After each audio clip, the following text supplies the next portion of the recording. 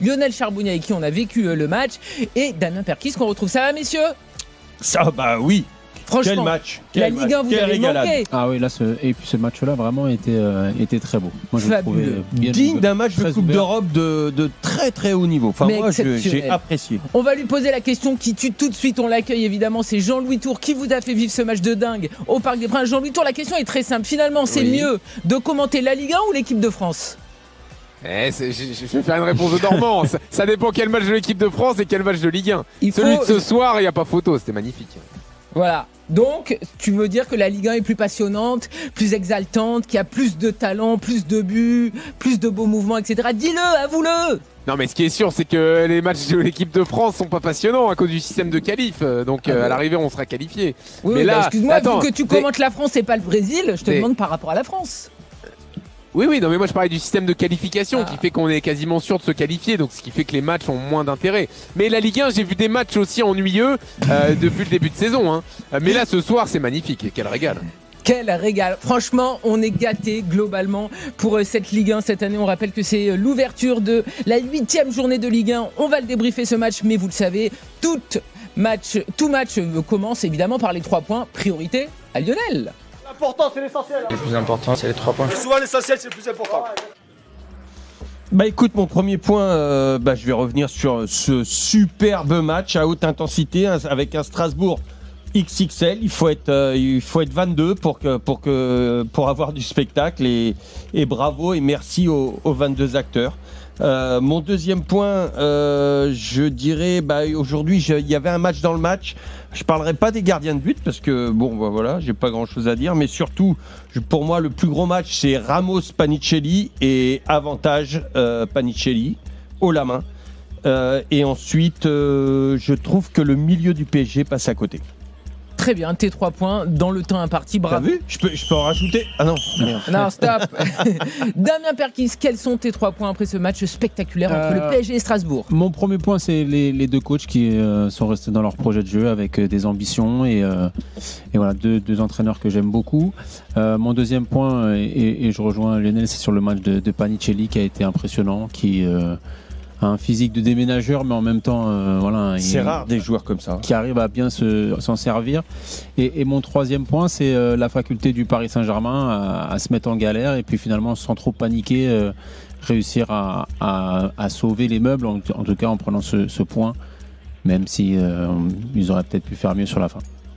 Et Jean-Louis Tour, tu es toi en direct du Parc des Princes. Quels sont ces 3 points après ce match absolument spectaculaire ? Le premier point, c'est sans doute le match du début de saison en Ligue 1, le plus spectaculaire, sur lequel il y a eu le plus de bonnes choses à dire.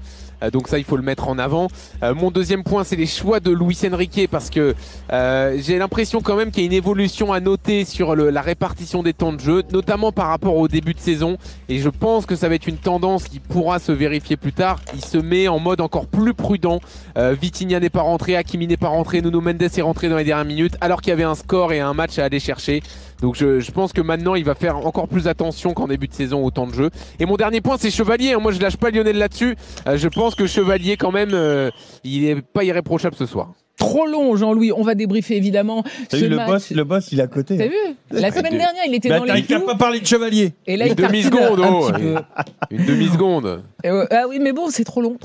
3-3, c'est le score final de ce choc. C'était un choc avant le match et ça a été un choc sur le terrain. On s'est régalé. On vous rappelle que c'est Barcola qui a ouvert le score à la 6e minute. Panicelli a égalisé à la 26e. Puis Morera a pris les devants pour Strasbourg. Et enfin, Panicelli a marqué un doublé. 3-1. On s'est dit peut-être que le PSG va perdre à la maison, mais non. Ramos a réduit l'écart sur pénalty. Et enfin, Mayoulou permet aux Parisiens de prendre le point du match nul. On vous attend au 32-16, supporters du Racing, supporters du PSG, pour débriefer avec nous ce match. Et puis évidemment, il y a beaucoup de messages également sur le WhatsApp RMC 06 12 424 424. Messieurs, déjà, il y a plein de choses à dire dans ce match. La qualité, il y avait un duel aussi d'entraîneurs. On le sait, ce sont 2 entraîneurs qui produisent du jeu, qui font progresser les joueurs. D'un côté, Luis Enrique, et de l'autre, Liam Rossignol. On a été servi. On a eu un match et on a vu aussi un Strasbourg qui n'était absolument pas petits bras. Ils ont joué comme ils jouent à la Méno, comme s'ils avaient battu Angers juste avant la trêve. Ils ont été sans complexe. Ouais, sans complexe, mais je vais laisser Damien parce que c'était son premier point. Si j'ai quelque chose à dire à rajouter, je le rajouterai, mais c'est vrai que sans complexe, ces deux entraîneurs sont restés dans leur plan de jeu, Damien. Ouais, moi c'est ça en fait, c'est que au-delà du fait qu'il ait un effectif jeune, et je pense qu'il profite aussi un petit peu de cette jeunesse, un peu de cette fougue qui habite ses joueurs, de pouvoir leur faire passer des messages. Il a la main mise sur son groupe, je parle pour Rosseigneur, il a la main mise sur son groupe, et son projet de jeu en fait il est tout simple à la récupération, c'est beaucoup de pressing, c'est quasiment un pressing très très haut à chaque fois, et ça lui donne raison, et j'ai l'impression que ses joueurs sont contents de vivre ça à chaque match, en tout cas au quotidien avec lui, et moi je trouve que l'alchimie entre l'entraîneur et le groupe est magnifique. Et puis après c'est par rapport à Luis Enrique, c'est que malgré le fait qu'il s'est blessé et qu'il soit obligé de manager le temps de jeu, comme le disait Jean-Louis tout à l'heure, c'est que il est obligé de faire avec ce qu'il a. Il arrive à quand même prôner ses idées et à avoir une équipe qui répond présent, même si c'est vrai que prendre 3 buts au parc, c'est pour moi un petit peu beaucoup, mais on ne reviendra pas sur la charnière centrale et son match qui a été pour moi un petit peu délicat. On en parlera parce que Zabarni et Beraldo sont quand même effectivement impliqués sur 2 débuts marqués par Strasbourg. Je trouve là-dessus, ça c'était mon deuxième point, je crois, si je me rappelle. Je trouve que la défense est passée à travers, mais surtout n'a pas été aidée. Alors, par les milieux de terrain, ces milieux de terrain parisiens, ils ont tenu quoi 20 minutes, les 20 premières minutes, où ils ont été excellents, que ce soit Zaïre Emery, Lee, et surtout Doué, qui manquait de rythme à un moment donné. Il est revenu en deuxième mi-temps avec un peu plus de fraîcheur, il a été encore dangereux. Mais ils sont vite rentrés dans le rang, ces 3 milieux de terrain. Donc derrière, c'est vrai que quand tu n'as plus de milieu... D'ailleurs, on les a vus. On a vu les défenseurs du PSG sauter le milieu de terrain, d'où le deuxième but, avec une balle en profondeur de Beraldo, sauter milieu de terrain, et ils ne l'ont pas sauté qu'une fois, c'était pas que sur le but, ça a été 2 ou 3 fois. Et quand tu vois les arrières qui commencent à regarder un petit peu en l'air et chercher tout de suite les attaquants et ne pas donner ce qui est un petit peu l'antithèse du jeu prôné par Luis Enrique, là, quand tu vois tes arrières faire ça, sauter les milieux, ça veut dire que tes milieux, ils ont du mal. Et je pense qu'aujourd'hui, le milieu de terrain, il y a un gouffre entre ce milieu de terrain-là et les 3 qui n'étaient pas là aujourd'hui, à qui on a demandé de souffler. Jean-Louis Tour du Stade, on va rentrer dans les individualités, mais j'aimerais quand même qu'on reste aussi sur la qualité du match, parce qu'il y a des beaux buts, il y a des mouvements collectifs, il y a des joueurs qui se sont montrés. Voilà, Panicelli, c'est le meilleur buteur de Ligue 1 ce soir, 7 buts pour Panicelli en 8 matchs. T'as encore le jeune Mayoulou. Enfin, franchement, il y a énormément de choses à retenir des deux côtés par rapport à la qualité de la rencontre. Ouais, bien sûr. Rosseigneur avait annoncé un match ouvert et il a tenu ses promesses. C'est-à-dire que moi, j'ai adoré l'attitude des joueurs de Strasbourg, comme le disait Damien. C'est eux qui créent le match spectaculaire. Parce qu'ils auraient pu rester en bloc bas, etc. et essayer de réduire les espaces qu'ils ont fait en fin de match avec les 5 défenseurs. Ils auraient pu le faire depuis le début, mais c'est pas du tout la mentalité de Strasbourg. Donc il y a pressing haut, on laisse pas respirer. Même si on est au Parc des Princes, même si le PSG avait jamais perdu contre Strasbourg, on y va, on fait le match comme ça. Et donc il y a ce collectif qui est très bon, et dedans des individualités qu'on doit mettre en avant, et pas que Panicelli, mais Valentin Barco évidemment, il a été reluisant.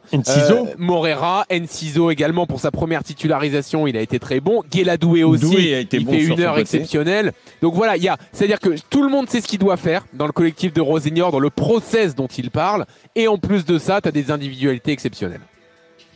Des individualités exceptionnelles. On accueille Ahmed, supporter du PSG au 32-16 avec nous sur RMC. Salut Ahmed. Salut, merci de donner la parole. Salut Ahmed. Mais on est ravis de t'accueillir sur RMC. Tu sais qu'on est là pour écouter les supporters. Alors toi, est-ce que tu t'es régalé ce soir, et est-ce que surtout tu as eu peur? Est-ce que tu as senti la deuxième défaite de la saison arriver, ou tu t'es dit non, de toute façon, Paris, ils arrivent toujours à s'en sortir? Non, j'ai eu peur quand même à 3-1. Même si le 3e but, pour moi, il y a faute sur Beraldo. À 3-1, j'étais inquiet quand même. Je me suis dit, cette équipe de Strasbourg, elle est sérieuse, elle est belle à voir jouer. Et 3-1, les remonter, revenir à 3-3. Je pense que c'est déjà une belle performance du PSG. Je pense qu'il a voulu faire l'impasse sur ce match parce que ce qui l'intéresse, c'est les Leverkusen. L'impasse carrément pour toi? Luis Enrique fait l'impasse sur ce match de Ligue 1? Là, il a fait trop tourner. Là, l'équipe, il y a beaucoup de joueurs qui ne jouent pas ensemble. Donc on a compris, pour moi, les Leverkusen, c'est sa priorité. Il veut absolument avoir... On rappelle, mardi soir, il y a le déplacement au Bayer Leverkusen, comptant pour la 3e journée de Ligue des Champions, qui sera à suivre sur RMC. Barcola, il le sort à la 65e à peu près, donc il veut le préserver, il sort doué. Donc on voit que dans sa tête, c'est le match de mardi qui compte. Il s'est dit, on va peut-être s'en sortir avec Pas Strasbourg. que, Ahmed. Hein. Je suis d'accord avec toi, mais pas que. Il y a aussi l'intégrité physique des joueurs. Oui, il y a beaucoup de blessés, il y a beaucoup, donc il est obligé de faire avec ça. Hein. C'est-à-dire que s'il fait tourner, c'est parce que les joueurs sont dans les stats. Ils n'ont pas dans les datas, ils sont pas 100%. Oui, mais je pense que quand dans la courbe de reprise, il calcule son coup pour mardi prochain. Mais Ahmed, on peut avoir deux lectures. On peut dire qu'aussi, il a voulu revenir dans le match en faisant rentrer Pacho, qui est le taulier en défense, en faisant là, par contre, Karine, je suis pas d'accord sur les changements en cours de match. C'est-à-dire qu'il a quand même encore Hakimi, Vitinha et Nuno Mendes, dont il se sert pas pour aller gagner le match. Nuno Mendes qui rentre à 1 minute de la fin. Oui, mais Pacho, on peut pas dire que c'est un changement pour gagner le match. Tu changes un défenseur central par un autre. C'est pour éviter d'avoir encore des erreurs défensives comme il a pu. C'est un peu plus de stabilité, je pense. C'est un changement poste pour poste et il met de gens de tout. On peut pas dire que ce soit des changements, c'est des changements pour répartir le temps de jeu.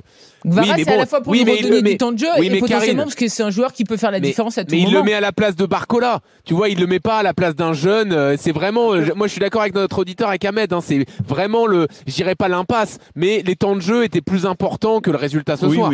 Oui. Donc pour vous, finalement, c'était pas grave. Sinon, il met Vitinha, Karine, ou il met Hakimi, ou il met Nuno Mendes à 30 minutes de la fin. Après, il pense, s'il met ces joueurs-là, c'est qu'il pense aussi, Luis Enrique pense qu'avec cet effectif-là, ces joueurs-là, il est capable de gagner le match. D'ailleurs, et il est pas loin d'avoir eu raison, puisqu'il y a 3-3. Ouais. Non mais comme à Lille, Ahmed, à Lille je me disais la même chose, moi le match il est sacrifié, etc. Vu la compo qui est vraiment un turnover maximum et à l'arrivée tu finis avec 1 point en fin de match. Là c'est pareil contre Strasbourg, il est pas loin d'avoir raison dans ses choix. Non, moi le côté match sacrifié ça me gêne beaucoup les garçons. Moi je pense pas qu'il soit sacrifié. Il y a beaucoup de blessés, il doit quand même essayer de donner du temps de jeu à tout le monde et faire en sorte que les autres soient dans la courbe haute de récupération. Quand les gros matchs arrivent, comme les Leverkusen, il est un peu comme un... C'est pas sacrifié, mais je répète, les temps de jeu passaient avant tout. Oui, et puis je pense qu'il a compris aussi avec ce qui s'est passé sur le mois précédent et l'hécatombe de blessés qui est arrivé, qu'il va pas falloir qu'il fasse trop jouer certains sur la corde raide, par rapport à ce qu'ils ont fait déjà la saison dernière. Il y a des sélections aussi en plus qui se rajoutent. Moi, je le vois plus vraiment comme une étude ciblée de temps de jeu, mais surtout de conditions physiques, en fait. Comme il a dit en avant-match, il disait tout simplement, moi, je les vois au quotidien. Je les vois à l'entraînement, je sais ce qu'ils sont capables de faire et ce que je ressens, et aussi de eux ce qu'ils ressentent. Donc, je pense que c'est plus une étude par rapport à la condition physique de ces joueurs. On rappelle que Barcola était forfait en équipe de France et que ce soir il était bien titulaire. Et Doué, lui, il avait manqué les 6 derniers matchs du PSG. Il faisait son retour ce soir. Barcola qui a d'ailleurs marqué son 4e but en 7 matchs de Ligue 1. Ahmed, par rapport à ce que tu as vu ce soir, c'est-à-dire quand même le caractère, ou Strasbourg qui ne s'est pas gardé un résultat, je ne sais pas quelle est ta lecture, ça te rassure en vue du déplacement face au Bayer Leverkusen ou tu te dis que ça va être finalement compliqué? Non, j'en tire pas des leçons. Moi, par rapport au Bayer Leverkusen, s'il fait jouer la grosse équipe, ça va être une autre équipe, ça va être un autre niveau. Il y a des automatismes. Je vois que Neves, en plus, il est sur le banc, c'est une bonne nouvelle. C'est pas le même milieu si on met Vitinha et Neves. Ça change. Comment tu as trouvé ce milieu-là aujourd'hui? Moi, je trouve qu'ils sont passés à travers, mis à part les 20 premières minutes. Après, ils étaient en grande difficulté. Non, ils étaient en grande difficulté. Même des joueurs comme Lee, au début, il m'énervait. Ramos, il n'est pas au rendez-vous. Il y a quand même il y a des joueurs dans ces matchs-là, ils doivent tirer leur épingle et ils ne la tirent pas. Il y a un centre en dernière minute, là, un peu tendu devant les cages. Ramos, il n'est pas là pour croiser le ballon. Il y a des joueurs qui n'ont pas marqué de points sur ce match-là. Parce que c'est aussi des matchs où Vas-y, finis, Ahmed. C'est des matchs où tu dois te montrer. Et on voit que les Lee et Ramos, c'est pas le même niveau que les tauliers. Moi, pour en revenir sur le milieu de terrain et sur ce que disait Lionel, moi, je suis d'accord avec lui. Au bout de 20 minutes, ils ont disparu. Mais ils ont disparu aussi parce qu'en face, ils ont été très très bons sous pression dans le contre-pressing parisien. Techniquement, Strasbourg a été très très bon pour s'en sortir. Et à partir du moment où ils ont confisqué le ballon, tu as les 3 joueurs que tu as au milieu de terrain, c'est pas 3 joueurs qui ont une vocation défensive à la base. C'est qu'ils ont pu confisquer le ballon, c'est-à-dire qu'au départ, il y a eu 20 minutes où le milieu strasbourgeois s'est un petit peu regardé, et ensuite, au bout de 20 minutes, quand Barco a commencé à gagner son duel parce qu'il perdait tous les duels face à Zaïre Emery, là, ils ont pu mettre le pied sur le ballon et les faire courir. Dans tout ce qui était récupération de balles, derrière, tu avais une sortie propre, c'était c'était ça qui a fait que derrière, tu peux pas courir parce que tu n'as pas de joueur réellement défensif au milieu dans ce milieu à 3. Après, ce championnat, il va être beaucoup plus ouvert parce que Strasbourg, c'est vraiment une belle équipe. Et Marseille s'est bien renforcé. Monaco n'a pas coulé ni Lille. Donc, je pense qu'Enrique aussi, il sait que ça va être un marathon, ce championnat. Il va pas être facile. Et ça nous promet un championnat passionnant. Merci beaucoup Ahmed d'avoir été avec nous au 32-16 sur RMC. Salut, beaucoup de messages sur le WhatsApp RMC 06 12 424 424. Sébastien qui nous fait un coucou de la Martinique. Quel bonheur de retrouver notre bonne Ligue 1. Bien sûr, la Crime qui nous dit les Parisiens ont été mis en difficulté par l'intensité infligée par le Racing. Shenman qui nous dit c'était un super match. Il y a beaucoup de gens qui se sont régalés ce soir. C'est plus facile à vendre quand c'est comme ça. Ah bah oui, mais pourtant... vu l'actualité. Il y a toujours des problèmes dessous, mon cher Lionel. Si tu as quelques millions à donner à Ligue 1 Plus et au club, ils sont non, moi je les ai pas. Mais par contre, pour vendre ça, voilà, il y a des super matchs en Ligue 1. Pascal qui nous dit n'oubliez pas, Chevalier une nouvelle fois n'est pas décisif. Le deuxième but, il ne doit pas le prendre. Donc il parle du but de Morera. Oui. Et il y a énormément de messages comme ça sur le WhatsApp d'RMC. Est-ce qu'on fait une fixette Chevalier ou est-ce que effectivement, on est obligé de reconnaître. Ce soir, il n'en fait pas assez. Non, il n'en fait pas assez, il n'a pas fait le taf. C'est vrai que. Alors, sur le premier, après, au début, j'ai dit c'est une tête qui est compliquée et tout ça. Et après, j'ai bien analysé. Il est en train de reculer. Il ne doit pas reculer sur la tête, il doit avancer. Et c'était l'impression que j'avais du stade, Lionel. C'est pour ça que je t'en ai parlé pendant la rencontre. Mais j'avais pas vu ça, moi, sur les images. Et au bout du deuxième, il y a eu une image où je le vois, il est en train de reculer. Il est sur un appui arrière, donc il plonge en arrière. Et ça, c'est rédhibitoire. Tu dois jamais plonger en arrière. Bon, allez, à la limite, celui-là, voilà. Mais le deuxième, il essaie de tendre la jambe. Il a les crampons qui se prennent dans le tapis. Là, pour moi, pour l'instant, l'habit est trop grand pour Chevalier. À ce point ? Pour l'instant. Parce que Lionel, il faut ajouter un truc quand même, c'est que c'est pas comme s'il était irréprochable depuis le début de saison. Alors comme d'habitude, avec Chevalier, on fait les préalables qu'il faut. Faut s'intégrer, c'est un nouveau métier pour lui. Gardien à Paris à Lille, c'est pas pareil. C'est un bon gars qui a des qualités, donc il peut encore réussir. C'était la même chose pour Donnarumma. C'est vrai. Quand il est arrivé, c'était pareil. Mais factuellement, Lio, depuis le début de saison, c'est erreur contre Tottenham au Trophée des Champions. C'est erreur contre Marseille sur le but d'Aguerd. C'est vrai. Mais ce soir, c'est pas une erreur. Le deuxième, c'est une erreur. Une erreur comme sa sortie manquée sur la tête d'Aguerd. C'est pas le deuxième, c'est une erreur. Le deuxième, c'est une erreur. C'est un problème d'appui. Le problème, c'est que les images, elles montrent en fait qu'il est en difficulté à chaque fois. Quand par exemple, il fait ses erreurs sur la sortie aérienne, c'est un mauvais jugement, mais on le voit en gros qu'il est à la ramasse complète. Là, sur ce but-là, il est. Exactement. Tu peux pas dire les images en fait, elles parlent pour. Pour vous, ce soir, c'est une erreur comme Tottenham, comme Marseille. Du même acabit. Le deuxième, oui. Ça, c'est le Chevalier. Enfin, ce Chevalier. Il s'appelle que Chevalier ou Lucas Chevalier, comme tu veux. Chevalier, tu le mets. Avec ses prestations qu'il faisait à Lille, aujourd'hui, il ne prend pas les 2 buts. C'est-à-dire dans la confiance dans laquelle il était jusqu'à maintenant. Là, il est tout petit. Quand tu le regardes dans son but, tu as l'impression que le but, il est immense. Au contraire, Penders, même sur le penalty, Ramos, il devait se poser des questions. Quand tu regardes, tu dis waouh, là, le but est petit. Avec Penders dans les buts. Et là, tu regardes Chevalier, le but, il est immense. Chevalier, il prend pas, il n'a pas le charisme pour l'instant et tout ça. Il va prendre de l'envergure, il faut lui laisser le temps. Moi, je me souviens quand même d'un moment donné, qui est pas si loin que ça, où Luis Enrique a sorti Donnarumma pour mettre Safonov, pour le remplacer. Il l'a mis sur Ouais. Et à ce moment-là, Safonov n'a pas fait de meilleur prestat. Il a remis Donnarumma et c'est là que Donnarumma, il a franchi un cap. Donc c'est quoi? Tu lui donnes un conseil à Luis Enrique? Non, au Bayer Leverkusen, tu mets Safonov? Non, faut encore attendre. Non, mais en tout cas, Karine, il faut rappeler quand même que c'était un choix pas simple cet été. Luis Enrique a endossé la responsabilité de passer de Donnarumma à Chevalier.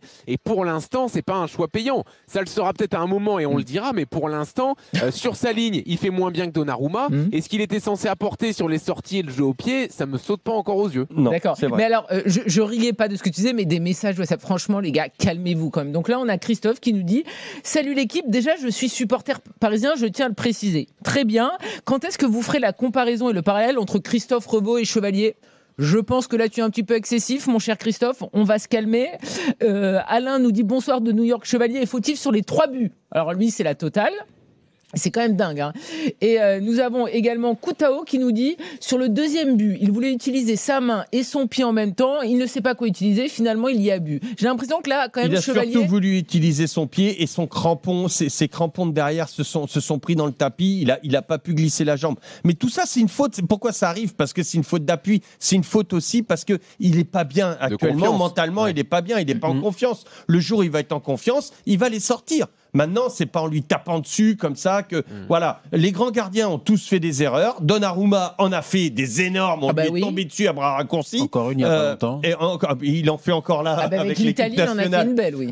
En équipe nationale, écoute, c'est comme ça. Mais pour autant, tu ne perds pas. Tu ne perds pas les matchs. Tu as perdu. Bon, ce soir, tu perds 2 points. Mais moi, attention, c'est un métier qui est très compliqué, gardien au PSG. Il ne faut pas comparer Chevalier aujourd'hui avec Donnarumma, sa sortie. Il faut comparer Chevalier aujourd'hui avec l'entrée de Donnarumma. Non mais déjà c'est incomparable, Lionel. Donnarumma, il arrive, il est champion d'Europe avec l'Italie, meilleur gardien du tournoi. Donc déjà c'est pas comparable. Je suis désolé. Mais c'est comparable dans le fait qu'il rentre au PSG. Jouer au PSG, c'est pas la même chose que d'être gardien de l'Italie qui se fait canarder. L'Italie, ils se sont pris. Il avait au moins 7 ou 8 arrêts à faire avec l'Italie. Oui, mais il arrive au PSG, il n'a plus rien à faire. Quand Donnarumma arrive, c'est la période où il est excellent avec l'Italie. Oui, en étant canardé. Quand Chevalier arrive au PSG, il est excellent avec Lille. Parce qu'il était canardé. C'est pas le même métier. Je sais pas comment le dire. Très bien. C'est différent. Oui, Revaux, c'était un gardien au Havre qui était canardé. Il a signé au PSG. Et ben il y arrivait pas. Oui, les jouait la Ligue des Champions l'an dernier. Le Havre n'a jamais joué la Ligue des Champions. C'est pas non plus exactement les mêmes parallèles. Mais bon, non, mais je comprends ce qu'il veut dire. Oui, mais je comprends sur le fait qu'il y a plus d'arrêts à faire quand tu es dans un club évidemment. Et sur le fait que au Paris Saint-Germain, si tu n'en as que 2 à faire. Oui, il faut bien évidemment. Et t'as pas le temps. Et c'est surtout que c'est dans la tête. Il passe son temps à regarder ses potes jouer à l'autre bout du terrain. Bien sûr. Et quand le ballon vient dans la surface, il faut qu'il soit bon. Donc si tu déchires. Moi, je fais quelque chose que j'ai vécu lorsque j'étais gardien de but. Je peux te dire, mais les matchs où j'avais le plus de mal, c'est les matchs où je n'avais pas d'arrêt à faire. Rester concentré. Comment rester concentré ? Maintenant, il faut qu'il réécrive son jeu, Chevalier. Non, mais ça, on est tous d'accord. Mais je trouve que quand même, les arrivées de Chevalier et de Donnarumma ne sont pas comparables. Mais bref, après, faut pas qu'on fasse 1 heure sur Chevalier parce que, c'est pas que je veux pas la faire. Mais on arrête justement. On prend Rami. On a eu un match extraordinaire. Rami, en train de supporter parisien au 32. On parle aussi de ce qui intéresse les supporters et c'est vrai qu'on avait beaucoup de messages de Chevalier. Rami, supporter du PSG, est avec nous sur RMC. Salut Rami. Bonsoir à tous. Salut Rami. Vous avez été sévère avec Chevalier quand même. Merci Rami. Voilà. Bon, je suis content de t'avoir pris à l'antenne rien que pour ça. Non, il est fautif sur le 2e but. Oui. Il est fautif. Oui. Mais il n'est pas aidé avec sa défense quand même. Donc il prend 3 buts ce soir, mais défensivement, on n'a pas été irréprochable. Donc on ne peut pas tout remettre sur Chevalier. Depuis le début de saison, il n'est pas irréprochable, c'est vrai, mais défensivement, il n'est pas aidé. Après, c'est ce que tu demandes à un gardien au PSG, quand la défense, quand on connaît le jeu défensif et tout ça, tu dis ce qu'a fait Donnarumma dernièrement, ce que Donnarumma ne faisait pas au début. Et s'il faut être juste jusqu'au bout, on rappelle le double arrêt qui fait énorme de Panicelli et Ciseaux à 1-0. On va retenir que le mauvais au final.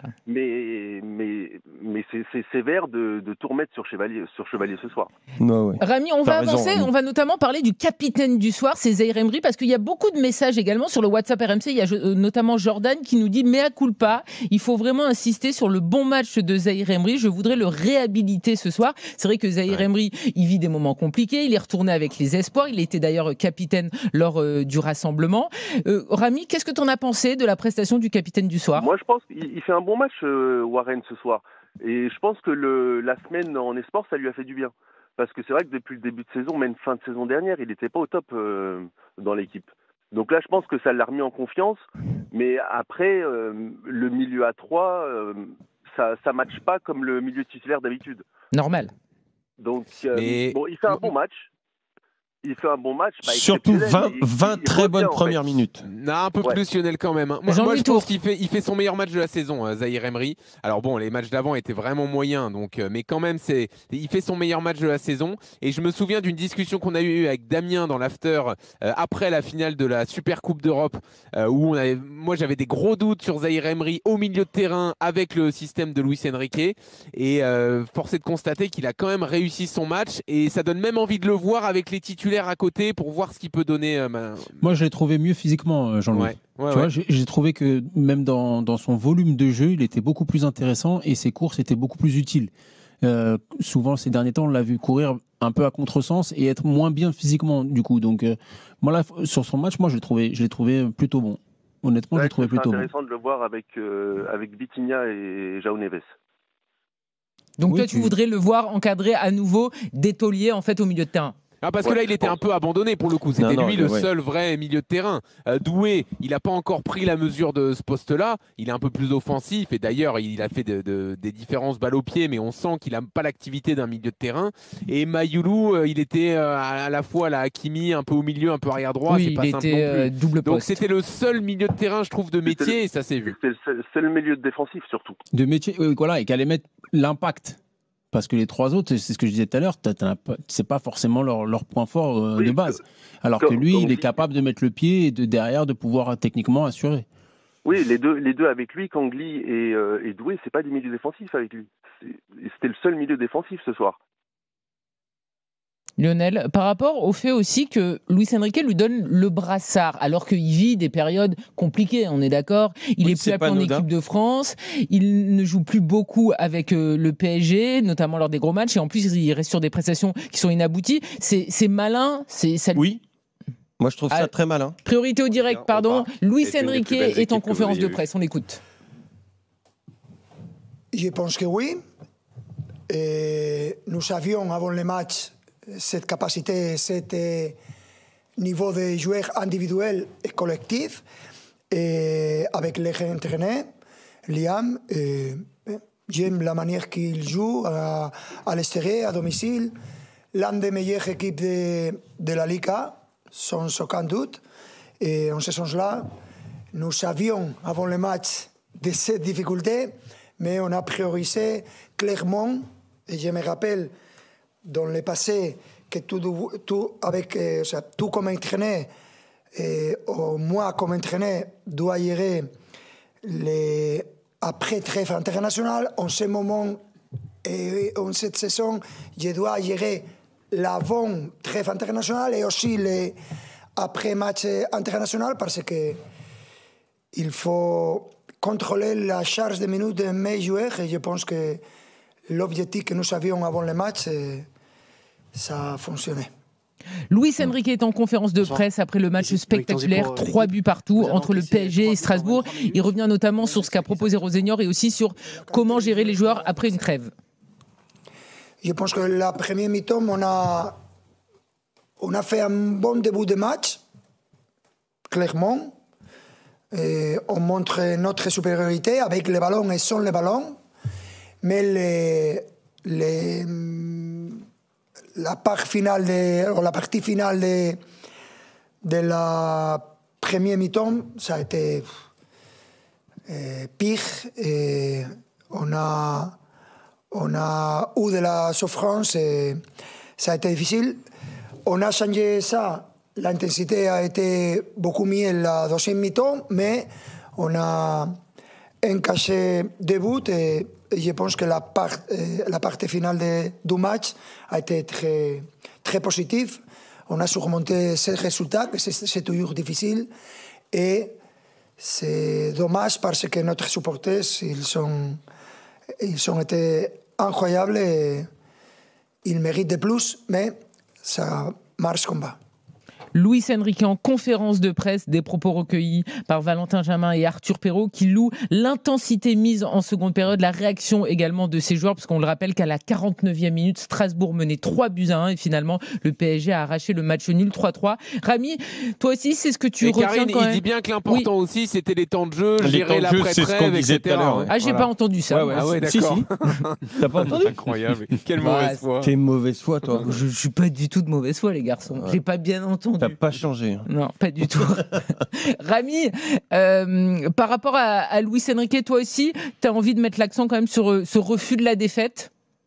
Oui, refus de la défaite, et je pense que cette saison, il va falloir s'attendre à beaucoup de matchs comme ça avec le PSG. Parce qu'il va falloir composer avec tous les internationaux, les blessés. Donc en fait, parce que tout à l'heure vous disiez qu'il calcule, enfin l'auditeur d'avant, il disait qu'il calcule par rapport à Leverkusen. Moi je pense que pas du tout. Non. Je pense que pas du tout. Il a des joueurs qui étaient internationaux, donc là si on remarque tous les internationaux, ils n'étaient pas sur le terrain. Il y en avait quand même sur le terrain, des internationaux. Disons qu'il calcule aussi par rapport à Leverkusen, mais surtout c'est le temps de jeu le temps de jeu de son effectif qu'il faut qu'il répartisse. Il y a des joueurs doués qui reviennent de blessure. Bien sûr. Je pense qu'il va falloir s'attendre beaucoup de matchs comme ça cette saison avec le PSG, où il va devoir faire tourner énormément. On rappelle en tout cas que le PSG sera en déplacement mardi soir sur la pelouse du Bayer Leverkusen pour le compte de la 3e journée de Ligue des Champions. Mais pour l'instant, tout va bien. Il y a eu 2 matchs, 2 victoires. Merci beaucoup, Rami, d'avoir été avec nous au 32-16 sur RMC. Il y a quelqu'un qui me demande si j'ai des pourcentages dans le transfert de Chevalier. Pas du tout. Pas du tout, c'est juste que j'ai pas envie qu'on tombe sur Chevalier. Donc Sébastien, non, je n'ai rien à voir avec la carrière de Chevalier, je ne suis pas de sa famille. Sébastien également au 32-16, supporter du Racing, est avec nous. Salut Sébastien. Bonsoir l'équipe. Salut Sébastien, est-ce que tu es heureux ce soir ou finalement tu es un peu déçu? Tu t'es dit on était à un rien de gagner pour la première fois de notre histoire au Parc des Princes? Alors oui, je vais pas dire le terme heureux parce que la fin de l'histoire, elle se termine pas comme j'aurais voulu, mais il y a un sentiment de fierté, ça c'est clair.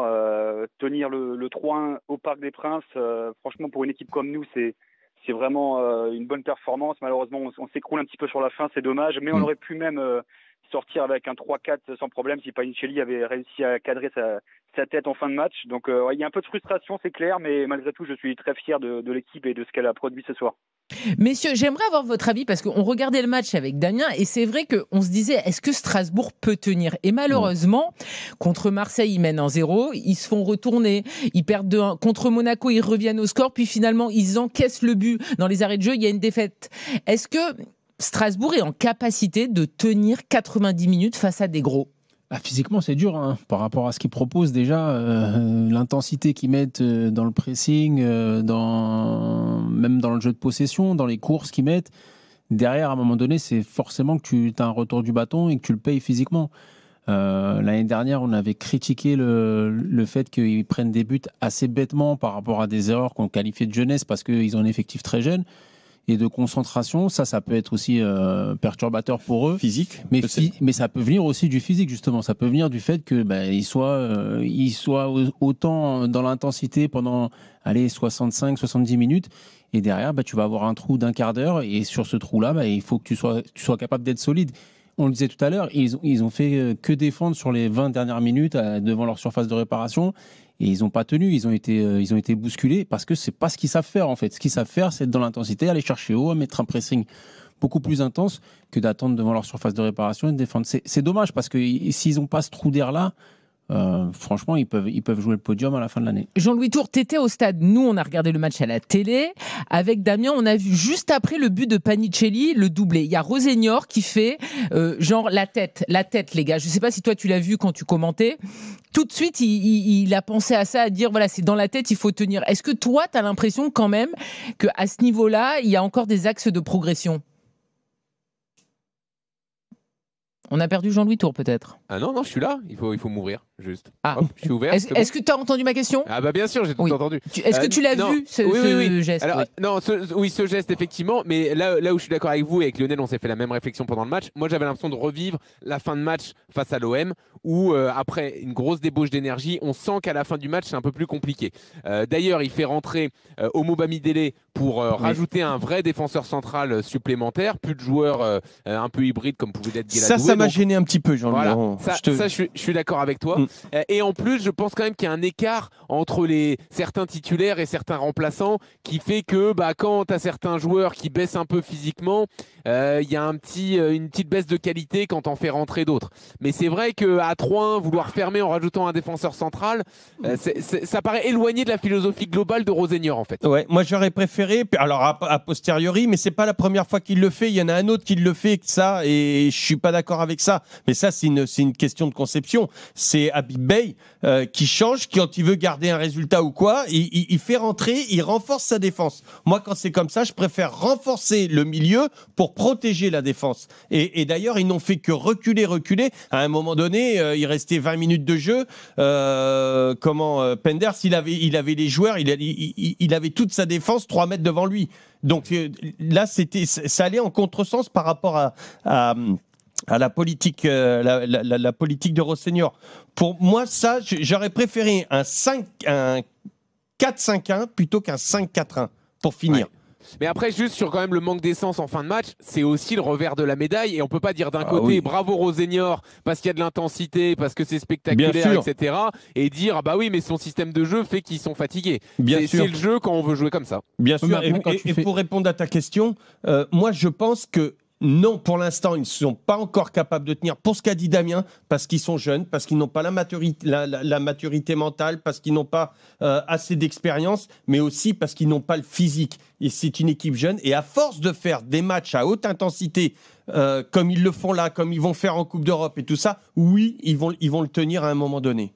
Sébastien, quelle lecture tu as de Strasbourg? C'est vrai que nous, on regardait le match ensemble avec Damien. Quand on voit la faute de Penders et le penalty donc transformé par Ramos, on était inquiet. On s'est dit, à mon avis, Strasbourg va pas repartir du Parc des Princes avec les 3 points parce qu'ils sont en train de baisser, parce que le PSG va accélérer, parce que Strasbourg n'a pas encore la maturité d'un match face à des gros. Parce que on rappelle que face à des petits, ils sont arrivés parfois à tenir sans être exceptionnels, mais face aux gros, pour l'instant, c'est encore la limite. Oui, je suis totalement d'accord avec ça. Je sais que Rosenior, il a tendance à bétonner un petit peu quand on mène au score en fin de match. Et malheureusement, ça nous sert très peu puisque souvent on se fait quand même rejoindre. J'ai le souvenir d'un match, le dernier match de la saison dernière face au Havre. On avait bétonné derrière parce qu'il fallait absolument qu'on tienne le match nul pour aller en Europa League. Et au final, on s'est totalement effondré et on a perdu cette place. On a fini en Conference League. Donc vraiment, c'est presque un tic de Rosenior de faire ça pour se rassurer, j'ai l'impression. Et en fait, ça ne marche pas, quoi. Il faut se rendre à l'évidence. Donc autant qu'on reste sur ce qu'on sait faire et qu'on aille de l'avant et qu'on essaye de jouer, tout simplement, ça on arrive à le faire. Sébastien, un petit mot également sur Panicelli, il est bluffant. Alors, il a coûté quand même une certaine somme, on parle de 17 millions d'euros, mais il est le meilleur buteur de Ligue 1. On pense moins à l'absence d'Emega qui est toujours blessé. 7 buts en 8 rencontres. Il est là dans les grands rendez-vous. Est-ce que toi, tu es vraiment surpris des qualités et de ce qu'il apporte, alors qu'à la base, on s'était dit, a priori, il sera le remplaçant d'Emega. Là, aujourd'hui, il est titulaire et il fait pas tâche loin de là. Alors sincèrement, c'est une excellente surprise effectivement parce que j'ai suivi un petit peu de très loin le parcours de ce joueur et il a quasiment pas joué en première division. Il a quasiment fait que la deuxième division espagnole. Il vient d'Espagne. Il découvre un nouveau championnat, il découvre la première division et il performe comme ça après quelques matchs, à peine 2 mois qu'il est au club. Donc vraiment, je pense que l'avenir pour lui, il est vraiment très radieux. C'est un joueur qui me fait penser un petit peu à un mix entre Cavani et Trezeguet. Donc franchement, j'ai de très belles attentes sur ce joueur. Ah bah écoute, c'est tout ce qu'on peut lui souhaiter. Un mix entre Cavani et Trezeguet, tout le monde prend. Ah oui.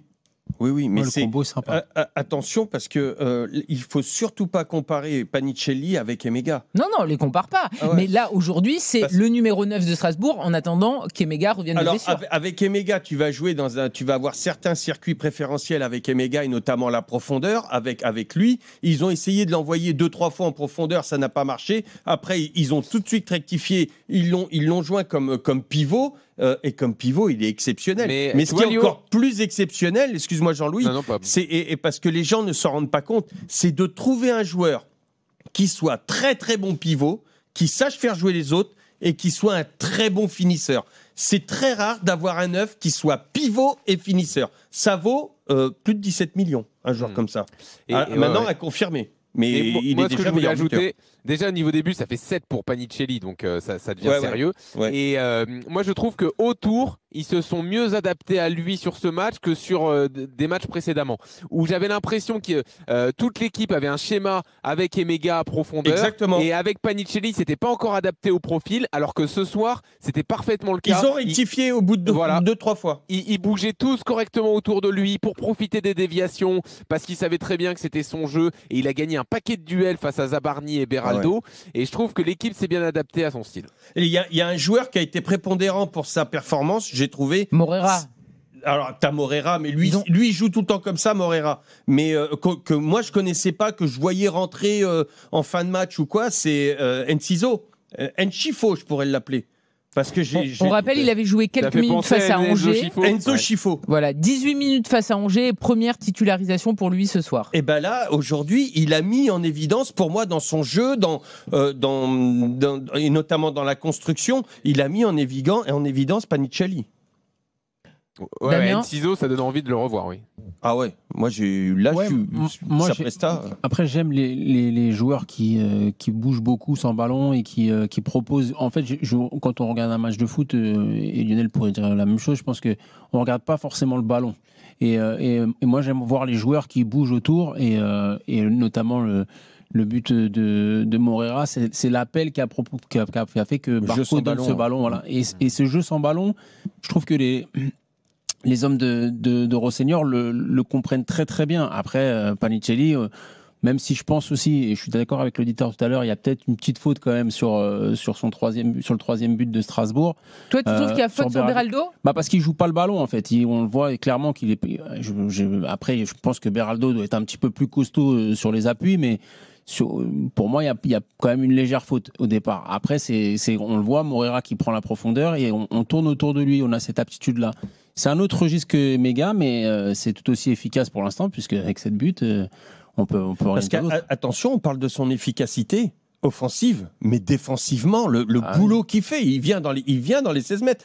C'est notre auditeur tout à l'heure, c'est Seb qui parlait de... Mais il est là, Seb, il est avec nous. C'est toi qui parlais de Cavani, un misque de... Oui, ça, oui. Bah voilà, mais parce que l'abnégation qu'il a aussi, le travail, le premier défenseur, c'est magnifique. Il est obligé d'être comme ça. Il est obligé parce que c'est ce que Rosseignor demande. C'est ce que Rosseignor demande, mais tout le monde du moment où tu perds le ballon, ouais, mais bon, si tu le fais pas, tu joues pas. Donc à partir de là, il est obligé de le faire. Ouais. Sébastien. Bon courage à Rosseignor pour faire des choix entre les deux attaquants, Emega et... Mais c'est génial pour lui. Mais on les a joués ensemble. Hein. À mon avis, l'idée, c'est de les associer. Hein. Mais on les a vus ensemble. Même si demain, il voulait jouer avec une pointe, il va avoir deux mecs qui vont se tirer la bourse, ils vont vouloir être les meilleurs, et c'est génial pour Strasbourg et pour Rosseignor. C'est deux conceptions différentes de jeu. Ils ont déjà joué ensemble une fois ou deux. Franchement, c'était pas une réussite. Donc, non, mais c'était le début. Il faut aussi se trouver. Mais on les a déjà vus ensemble sur le terrain. Merci beaucoup, Sébastien, d'avoir été avec nous au 32-16. Christian, supporter du Racing, est avec nous au 32-16. Salut, Christian. Salut. Bon, en fait, déjà, je voulais rectifier. Je suis supporter de Nancy, mais étant d'origine alsacienne. Du côté de la grand-mère maternelle de mon père, j'aime beaucoup le Racing Club de Strasbourg. D'accord. Parce que moi, j'avais supporter strasbourgeois sur mon écran et tu t'es dit Nancy étant en Ligue 2, on va partir sur Strasbourg en Ligue 1. Oui. Voilà. Et donc voilà, mais j'aime beaucoup Strasbourg aussi, comme les équipes c'est le Grand Est quand même, quoi, voilà. Et comme je l'ai dit, j'ai des origines alsaciennes aussi. Et donc je voulais dire, mais je suis franchement impressionné, la niaque qu'ils ont les mecs, tenir tête comme ça au PSG, au Parc. Franchement, c'est super. Alors peut-être que un peu juste pour jouer le titre, mais je pense à la Ligue Europa Conférence. Exactement. Oui. Là, franchement, il y a un coup à jouer. Là, déjà, ce match, c'est une super préparation pour le match contre Crystal Palace, qui est de loin... Alors, c'est pas tout de suite, hein, c'est le 27 novembre, Crystal Palace. Le 27 novembre, oui. Bon, qui dans leur parcours est peut-être le plus gros morceau, quoi. Mais je pense qu'ils sont dans une une coupe conférence archi jouable. Quand on voit les équipes, bon, les Italiens ont la Fiorentina, Rayo Vallecano pour l'Espagne, Mayence pour l'Allemagne. Je pense que Strasbourg a vraiment sa carte à jouer.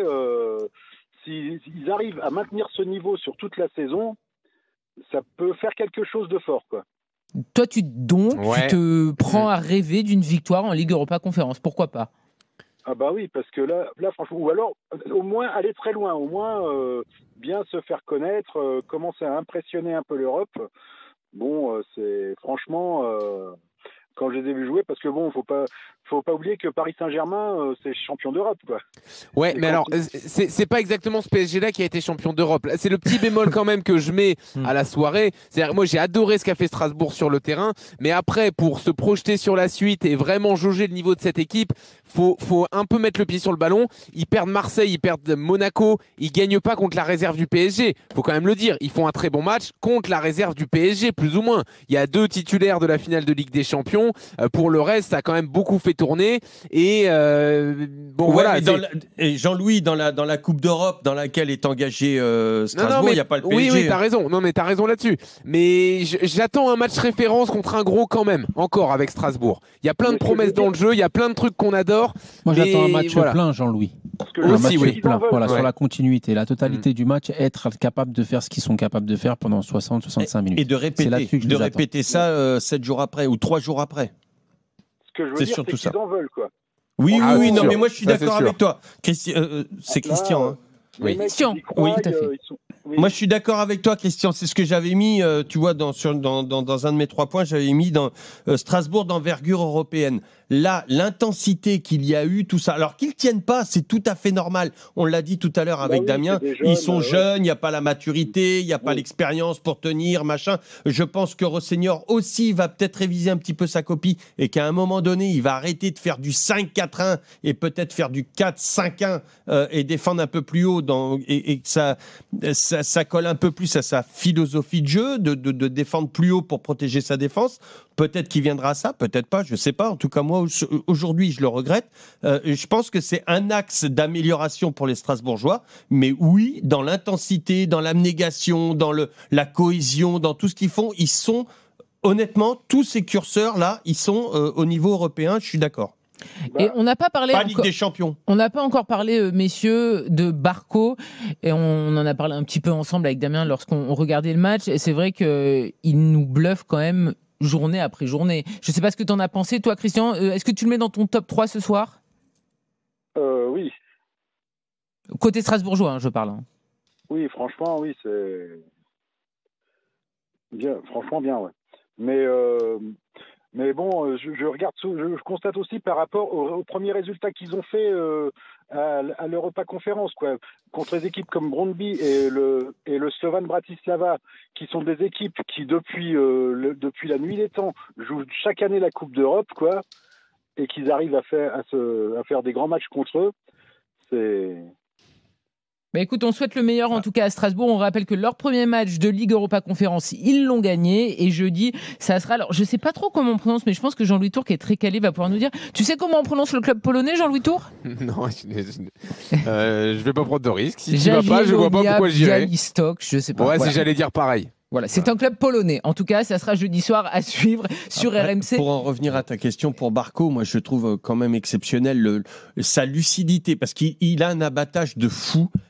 Il récupère des ballons, mais aussi bien à gauche qu'à droite. C'est hallucinant. À lui tout seul, il couvre 50 mètres dans la largeur. Ça, c'est la première des choses. Mais aussi, il est capable, après ça, d'avoir la lucidité, de te mettre une louche pour Morera, un geste technique, c'est-à-dire que il faut déjà avoir du coffre. Pour faire ça, enfin Damien en parlera mieux que moi, mais quand tu as la fatigue, que tu vois rouge et que tu n'as pas le coffre, le physique, qui te donne cette lucidité et cette habileté technique, si tu n'as pas ça, tu n'es pas capable de faire un geste comme ça. On en parlait tout à l'heure, c'est ce qui me surprend, c'est que quand il est arrivé à Strasbourg, il évoluait pas au milieu de terrain à la base. Il évoluait sur un côté. Sur le côté. Et moi, en fait, cette adaptation et ce côté de Rosseignor qui arrive à le décaler à l'intérieur et l'adaptation du joueur à ce poste-là sous pression, parce que là, il a été énormément sous pression ce soir, et à chaque fois, c'était propre en fait techniquement. Donc oui, il a cette faculté à pouvoir courir beaucoup, à récupérer des ballons, mais derrière à être très propre techniquement. Donc oui, c'est limite gâché sur un côté en fait. Ah oui, pour moi c'est gâché le fait de la forfait. Après c'était les choix de Rosseigneur, on va pas commencer à critiquer, mais non, mais c'est pas une critique, mais c'est pour dire qu'il y a un joueur comme ça qui a un tel abattage qui peut t'amener tellement, le mettre sur le côté, c'est un peu gâché. Exactement. Voilà. Ouais, mais enfin, ça a été rectifié, d'où l'intelligence de Rosseigneur. Et il a eu la difficulté aussi parce qu'il y a son intelligence de jeu. Je pense que il s'est adapté aujourd'hui à Zahir Emery, où il était en grande difficulté face à Zahir Emery, et tout d'un coup, t'en as un qui a sombré et l'autre qui est apparu. C'est Barco qui est apparu, et Zahir Emery, au bout de 20 minutes, il a eu plus de mal. Mais parce que Barco a eu l'intelligence de s'adapter, il a joué complètement différemment, il a changé son jeu, et Zahir Emery, lui, ça l'a perturbé, et Barco, il a pris le dessus. Et Chris qui nous dit sur le WhatsApp RMC, Barco n'est pas dans les petits papiers de Scaloni, donc le sélectionneur de l'Argentine. Je pense qu'il n'ira pas à la Coupe du Monde, malheureusement. On rappelle que Barco, il a 21 ans. Pour vous, il devrait déjà être en équipe argentine où il y a quand même du monde. Allons-y, mollo. Ce qu'on dit dans ces cas-là, c'est que si lui n'est pas pris, c'est que la sélection argentine a un très haut niveau et des mecs à la place qui doivent être très forts. Parce que de ce qu'on voit, c'est impressionnant. Après, il est encore jeune. Mais même s'il est jeune, moi, c'est la maturité dans son jeu qui me bluffe. Combien de fois sur des petits jeux, des petites actions, il va avoir le bon positionnement, en plus de la débauche d'énergie, etc. Il a une intelligence dans le jeu qui est remarquable. Après, on sait que ça ne veut pas dire grand-chose, mais je ne sais pas si vous avez vu justement au classement FIFA, l'Argentine nous est repassée devant. Christian, supporter de Strasbourg, merci beaucoup d'avoir été avec nous au 32-16. De rien, tout le plaisir a été pour moi, quoi. Bonne soirée à Bonsoir, toi et profite bien de la belle saison de Strasbourg et de Nancy, parce que ça va un peu moins bien pour Nancy, donc allez, il faut aller à Pico pour les encourager. Un dernier petit mot, messieurs, parce qu'il y a aussi pas mal de messages finalement sur le Bradley Cooper du PSG, c'est comme ça je crois que Daniel Riolo l'appelle, Zabarni. Les gens ne sont pas très tendres. C'est vrai que c'est pas extraordinaire le match quand même qu'il fait ce soir. C'est-à-dire qu'il y a beaucoup de duels perdus, il y a des relances aussi très moyennes, et on avait l'impression qu'il avait passé un cap, notamment à Marseille malgré la défaite, il avait été très bon. On avait l'impression que l'intégration était passée, mais là il fait pas un bon match ce soir. Alors pas aidé non plus par les autres derrière. Beraldo pareil perd des duels, mais non, c'est insuffisant. Moi, je pars du principe où quand tu as un jeune, parce que il faudrait dire aussi, il n'est pas non plus très très vieux, mais d'avoir 23 ans, voilà, d'avoir quelqu'un un peu plus d'expérience à côté qui t'apporte une certaine sérénité. Là, il avait Beraldo à côté de lui. T'as pas de taulier en fait. Voilà, il n'y a pas de taulier, il n'y a pas de mec qui. Voilà, donc moi je pense qu'il y a ça aussi qui joue. Si tu le mets à côté d'un Marquinhos ou d'un Pacho, même si Pacho est jeune aussi, mais je veux dire, des mecs qui ont l'expérience, qui ont le vécu vraiment, de pouvoir lui apporter une certaine sérénité dans son jeu. Là, pour moi, rien que sur le premier but, il est totalement mangé. Alors, Panicelli le joue très très bien. Il fait 1m90 aussi. Il se déplace mal. Il a fait que reculer au lieu d'aller le faire les pas de côté. Et il le perd de vue aussi. Ouais. Donc voilà, il y a des petits détails sur des positionnements parfois qui peuvent coûter cher, et ce soir c'est le cas. Serait compliqué pour l'Ukrainien. Merci beaucoup Jean-Louis Tour d'avoir été avec nous pour débriefer ce match exceptionnel. On s'est régalé, on le rappelle.